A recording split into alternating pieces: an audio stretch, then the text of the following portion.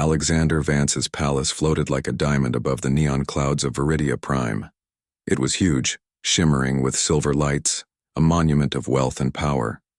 Alexander himself was a man known across galaxies, not only for his fortune but also for his brilliance. He had created something extraordinary. 6 twins, each designed with perfect intelligence, unmatched athleticism, and almost superhuman abilities. Yet for all their perfection, there was one terrible flaw. None of them could sleep. The 6 children were identical in appearance but not in temperament. They had almond-shaped eyes that never closed fully, skin like porcelain, and hair that glimmered faintly under the palace lights. Each day their minds buzzed with thoughts, ideas, and calculations. But at night, when the palace became quiet and the stars shimmered, they were restless. Sleep did not come. Their eyes stayed wide open, their bodies tense, and their minds racing. Doctors, scientists, and even alien geneticists had tried everything. Pills, machines, meditation techniques, alien treatments, all failed. The twins remained awake, slowly growing bitter, frustrated, and exhausted. Alexander walked through the corridors of the palace, his polished boots echoing against the marble floors. He was worried, though he rarely showed it. The twins were brilliant, yes, but exhaustion had begun to show its mark. Small mistakes, irritability, arguments over trivial matters, all signs of minds that never rested. Alexander loved them deeply, but even his vast wealth and power could not solve this problem. Then came Lyra. She arrived one quiet morning, stepping off a small shuttle from the outer reaches of the galaxy. She was an alien, small and humble, her greenish skin faintly shimmering in the sunlight. Her eyes were large and soft, with a glow that spoke of kindness and intelligence. She had nothing with her but a small satchel containing a few clothes, some personal items, and a small music device from her home planet. Lyra had been a maid in her village, poor, unnoticed, and ordinary. But there was something different about her, something Alexander didn't understand. When she first entered the palace, the children stared at her. She walked slowly, deliberately, speaking softly. "Hello," she said. "My name is Lyra. I am here to help you." Her voice was gentle, calming, almost musical. The twins exchanged curious looks. None of the doctors or tutors had ever spoken to them in a tone like that. The first days were difficult. The twins were suspicious, restless, and often rude. They had learned to distrust anyone who claimed they could help. But Lyra did not react with anger or fear. She observed them, studied their movements, their eyes, their gestures. She noticed small details that no one else had. The way they rubbed their temples when tired, the way their eyes darted when they were overwhelmed, the way their bodies twitched when exhaustion hit. Then one night, she tried something different. She carried her small music device into the children's sleeping chamber. The palace was dark, the neon lights outside casting faint glows across the room. She placed the device on a table, pressed a few buttons, and soft music began to flow. It was unlike any human song. It was a lullaby from her home planet, filled with harmonies that seemed to speak directly to the mind. The notes were slow, deep, and almost alive. The children looked at her suspiciously. "What is that?" one of them asked. His voice was sharp, annoyed. "It is a song from my home," Lyra replied softly. "It may help you rest." They laughed at her, small, sharp laughs. "We don't need rest," another said. "We can think better without sleep." Lyra smiled faintly. "Even the strongest mind needs peace. Even the brightest stars need the dark sky to shine." For the first time, the children hesitated. Her words were strange, unfamiliar. But the music was soft, almost hypnotic. It moved through the room, touching each twin's mind in ways no human had ever done. Slowly, almost imperceptibly, their bodies relaxed. Their eyelids flickered. The sharp tension in their muscles eased. One by one, they began to sit quietly, listening. Night after night, Lyra repeated her method. She did not force them to lie down or close their eyes. She merely created an environment of calm, gently speaking, playing her music and watching their reactions. Sometimes she sang herself, her voice blending with the soft alien melodies. At first the twins resisted, fidgeted, and sometimes argued. But Lyra never gave up. She had patience beyond anything the palace had ever known. As days passed, small changes became visible. The children no longer clutched at their heads in frustration. Their arguments softened. Their movements became less jittery. And slowly their eyes began to droop. Not fully, not yet, but a hint of sleepiness appeared. For the first time in years, Alexander noticed a faint change. He watched silently from a distance, not understanding how such a small, unassuming alien could achieve what his fortune, his scientists and his machines had failed to do. One night, the first twin fell asleep fully. It happened quietly, without drama. He had been listening to Lyra's music, lying on a soft bed she had arranged, surrounded by soft lights she had adjusted. His breathing slowed, his hands unclenched, and his eyes finally closed. Lyra watched for a moment, smiling faintly, then tiptoed out of the room. The other twins noticed it the next morning. They were shocked, almost afraid. He slept? One whispered.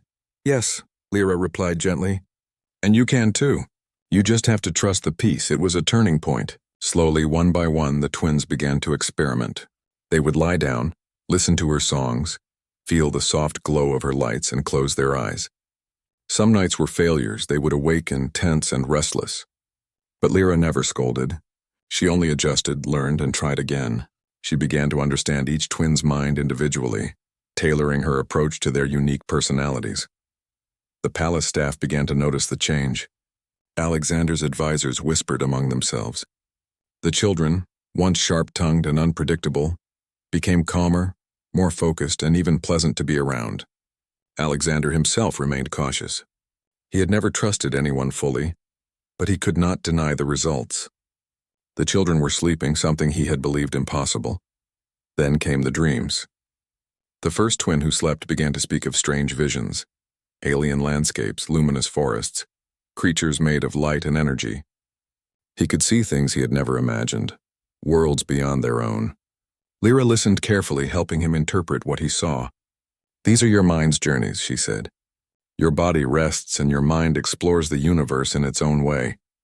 The other twins soon experienced the same. Their dreams were vivid, strange, and sometimes frightening. But Lyra guided them, teaching them to face their fears and understand their desires. Slowly, the twins began to embrace sleep not as weakness, but as a gift, a way to grow, to explore, and to connect with themselves. Alexander watched all of this, torn between disbelief and admiration. The solution had not come from wealth, power, or technology. It had come from a humble alien maid with no money, no influence, but a deep understanding of the mind and heart. He realized something important. Intelligence alone could not solve every problem. Some things required empathy, patience, and care, the qualities Lyra had in abundance. One evening, Alexander approached her in the quiet hallways of the palace.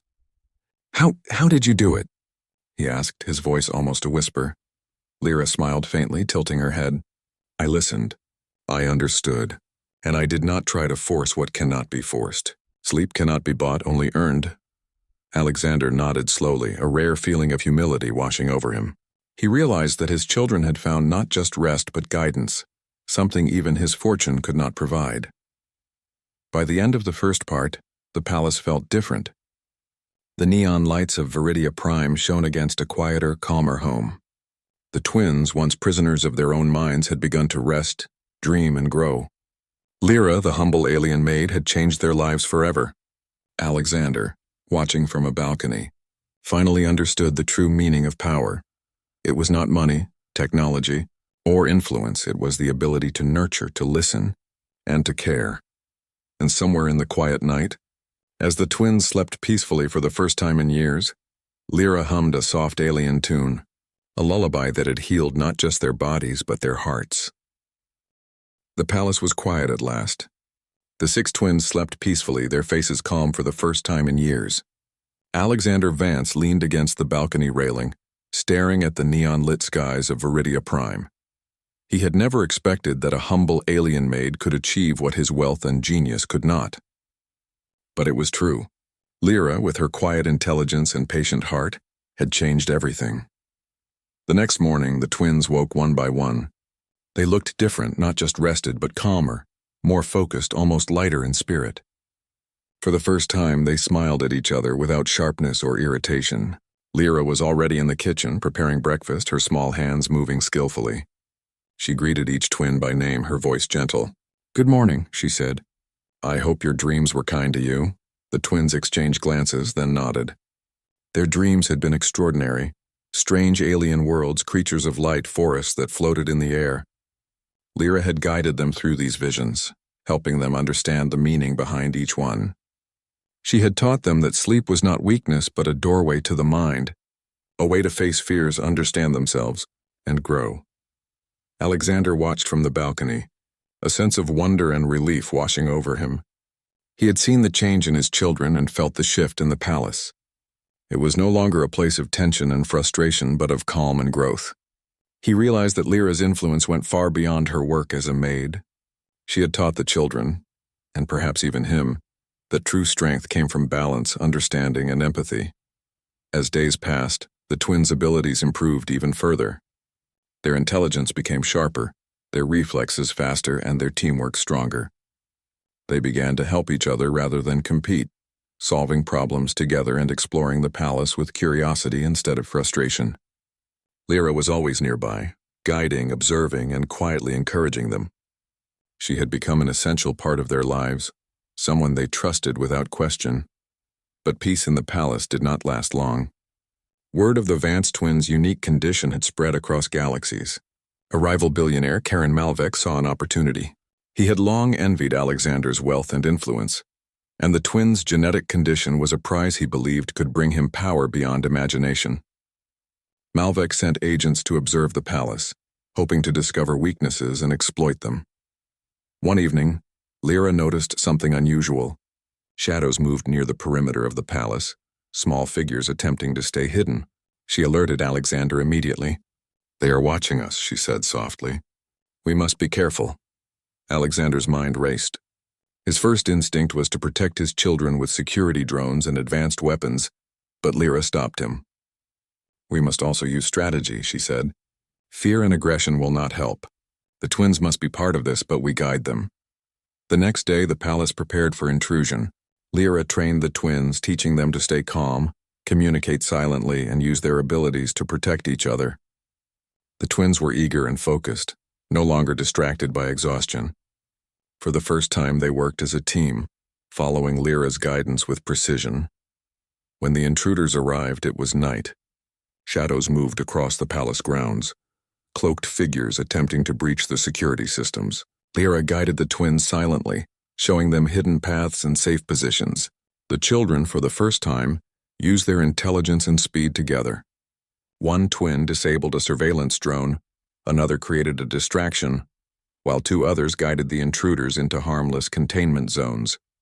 Alexander watched from the balcony, astonished by their coordination. The intruders were caught before they could reach the twins. Malvec's plan had failed, and the twins realized their own strength, not just in their abilities but in their unity and trust. Lyra smiled quietly, knowing that this was more than just protection. The twins had learned courage, strategy, and empathy. They had grown in ways no genetic engineering or wealth could have achieved alone. After the threat was gone, the palace returned to its calm routine. The twins explored their dreams further, guided by Lyra. Each night they entered strange alien worlds, meeting creatures of light, navigating floating landscapes, and solving challenges that reflected their own fears and desires. Lyra interpreted these dreams, helping the twins understand themselves and each other. They began to value sleep not only as rest but as a journey of growth. Alexander observed this transformation and realized something profound. The solution had not come from machines, money, or even human expertise. It had come from empathy, understanding, and patience, the qualities Lyra embodied.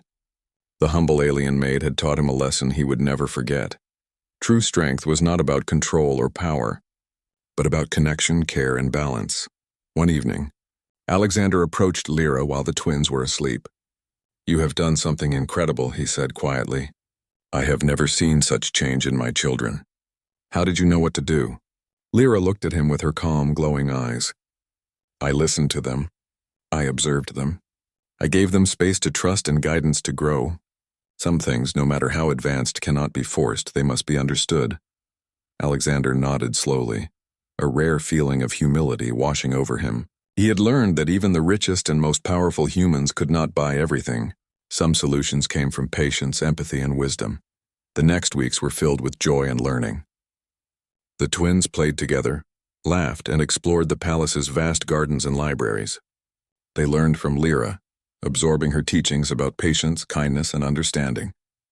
Their sleep deepened, dreams grew richer, and their minds became sharper.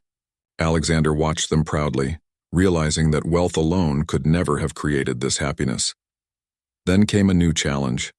One twin began to experience a particularly vivid dream, an alien landscape filled with danger, dark forests, and glowing creatures that seemed hostile. He awoke shaken, unable to face the dream alone. Lyra guided him gently, explaining that dreams reflected the mind and that facing fears was part of growth. She encouraged him to return to the dream consciously, to navigate it with courage and wisdom. The twin followed her guidance, and each night he returned to the dream, confronting strange creatures and challenges. Over time, the dream became less frightening, and the twin grew braver, more confident, and more compassionate. His siblings watched and learned, each facing their own dreams and fears. Guided by Lyra's wisdom, Alexander realized that the palace had become more than a home. It was a place of learning, growth, and discovery. The twins had transformed from restless, irritable children into thoughtful, brave, and capable young humans. Lyra's influence had not only healed their bodies but also shaped their minds and hearts. One night the twins gathered around Lyra in the central hall, their eyes bright and full of trust. "Thank you," one said softly. "You saved us not just from sleeplessness but from ourselves." Lyra smiled, her glow faintly illuminating the room. "You saved yourselves," she said. "I only guided you." Alexander watched from the balcony, his heart full. He understood now that true power was not in wealth, not in technology, not even in genetics. True power was in nurturing, in empathy, and in helping others grow. Lyra, the humble alien maid, had taught him this lesson. As the neon lights of Viridia Prime shimmered across the palace, the twins slept peacefully for the first time in years. They dreamed of alien worlds, of courage, of friendship, and of growth. Lyra hummed a soft tune, blending human and alien melodies, her voice a bridge between worlds. The palace was no longer just a fortress of wealth and technology. It had become a home, a sanctuary where humans and aliens could coexist, learn, and grow together. Alexander understood that his children's true potential had been unlocked, not by science, machines, or money, but by the care and wisdom of someone who saw them as more than experiments, as more than heirs, but as living beings with hearts and minds. And somewhere in the quiet of the palace, as the twins slept and dreamed of endless possibilities, Lyra sat in her small chair, smiling softly. She had come to the palace as a humble maid, poor and unnoticed, but she had changed everything. She had taught humans and aliens alike that sometimes the smallest, most ordinary person could make the greatest difference. The palace, the twins, and even Alexander himself would never be the same. Lyra had shown them that empathy, patience, and understanding were stronger than any wealth, more powerful than any technology, and more important than any genetic design. And in that quiet night, as the stars of Viridia Prime sparkled above, the palace was at peace for the first time, a home full of trust, courage, and love.